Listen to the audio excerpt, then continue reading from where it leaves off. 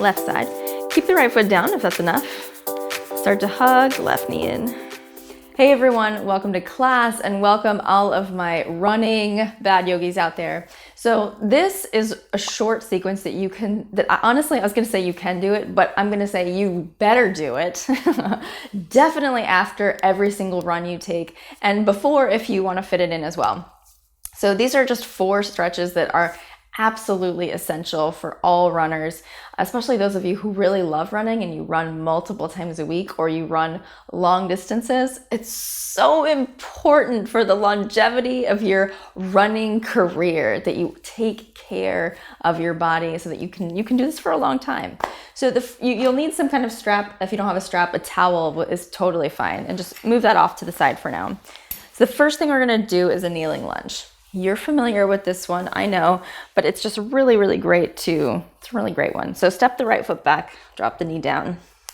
So come up a little bit so that you're at 90 degrees in the legs and just focus on tucking the tailbone forward a little bit so that you feel kind of an intense lengthening in the front of the right hip, like the upper part of the quads, but the hip flexors especially. Because when you're running, you're constantly flexing, flexing, flexing, flexing. So those hip flexors can get really uncomfortably tight. So just give it a second to sort of really lengthen here. Maybe even lean over to the left. You can reach the right arm up.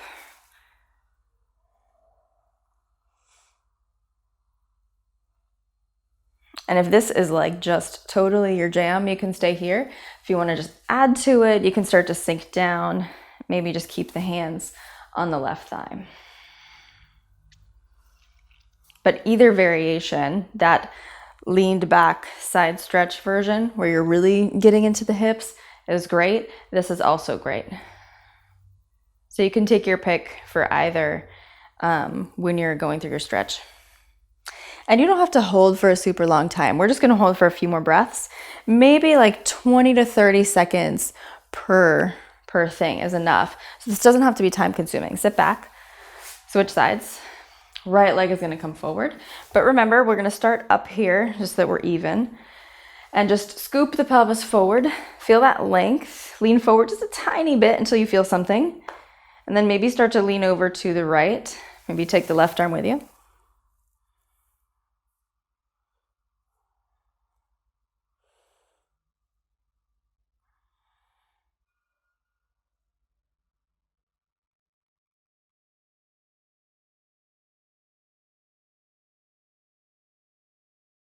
And then come up. Sink your hips forward. Keep both hands on the right knee.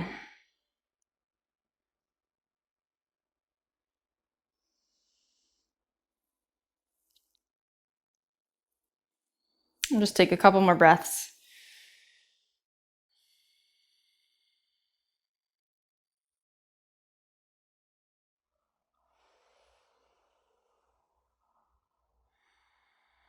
Now let's go ahead and sit back.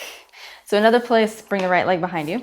Another place that often gets ignored, but as runners it absolutely should not, are your feet. So lean forward, tuck the toes under. I know you're gonna hate me, you're totally gonna hate me. Tuck the toes under, keep your heels close together, and just sit back on your heels. I know. So this is often really uncomfortable. And that's okay. If it's way too much, I mean, if this is just killer, lean forward on the hands a little bit and you can work your way back, you know. So this is pretty easy to modify. Sitting up here is a bit of a challenge. I've got your time. I'm just going to take a few more moments. But again, the feet are just working extra hard in a run, of course. So it's important not to completely overlook them when you're stretching before and after. A couple more breaths. Actually, just one more breath. See, look, I mean, that was just nothing. Says the person who feels like that's not too painful and who doesn't run. So come back. Go ahead and lie on your back. Another favorite of mine for my runners, cross the right ankle over the left thigh. Bring the knees down close to you. So this is another one that might be really uncomfortable to begin with, but it's just so important. And you don't even have to grab the legs. If you're real tight, you can just keep them here and work your way up to this shape. But make sure that the head, the neck, and the shoulders are down. And you feel this mostly in the outer hip. So you shouldn't feel anything in the knee. If you feel something in the knee, like I said, just back off a little bit. Take a few more breaths.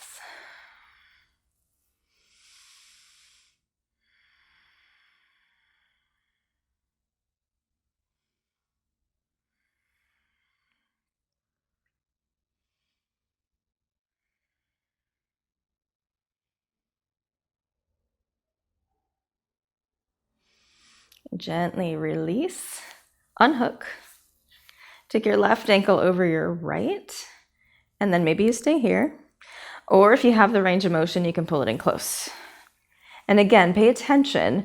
So this isn't where you're pushing yourself, like this is not the time. You push yourself in your run, but here, make sure the knee isn't bothering you. If it is, just go easy. You're looking to feel this in the hip.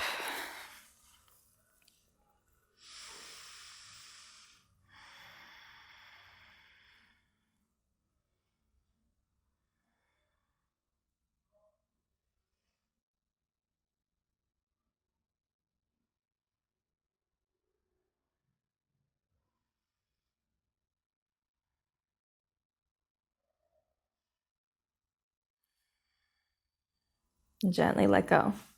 Uncross. So now we need our towel or a strap, whatever you have is fine.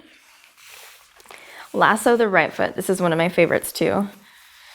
And plant the left heel down. So if you're real tight in the hamstrings, keeping the left foot down is going to be your best bet. Because again, you want to feel a stretching, lengthening sensation, but nothing super intense.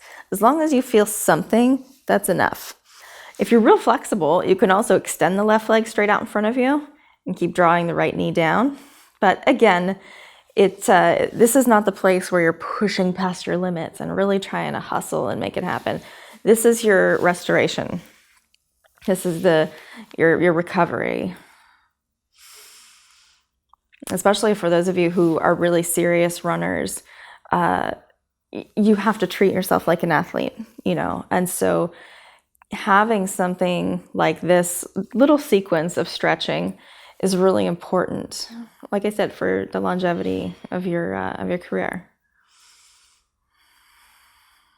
Take a couple more breaths.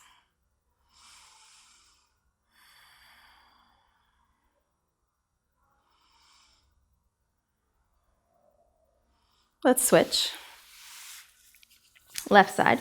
Keep the right foot down if that's enough. Start to hug the left knee in. And remember to breathe. So I know that seems obvious, but we tend to forget when something gets a little bit tricky, a little bit tough. But breathe easily, breathe naturally. If your breath feels restricted, back off the stretch a bit.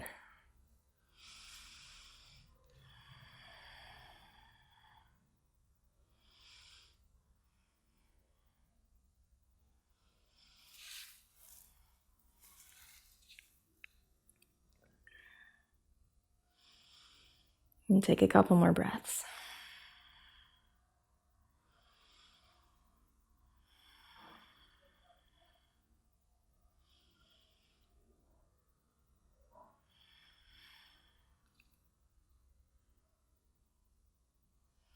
And gradually let go. You can move your towel or strap overhead. Bring the knees in close, rock up. And there you have it. Like I said, you can do this definitely after your runs. Before, if you have the time, when you're not listening to me blabber on at the beginning and at the end, it'll take you just a few minutes. So enjoy, run safely, stretch often, and I'll see you right back here next time. Now, if you liked this class, there's lots of runner-friendly classes inside my digital studio, studio.badyogi.com. And I also have some comprehensive programs that are 8 to 12 weeks long that a lot of people work in with their marathon training and things like that. Those are the perfect body programs, and I'll link to those in the description below as well. Anyway, thanks again for joining me. Have a great rest of your day, and I'll see you right back here at the next class.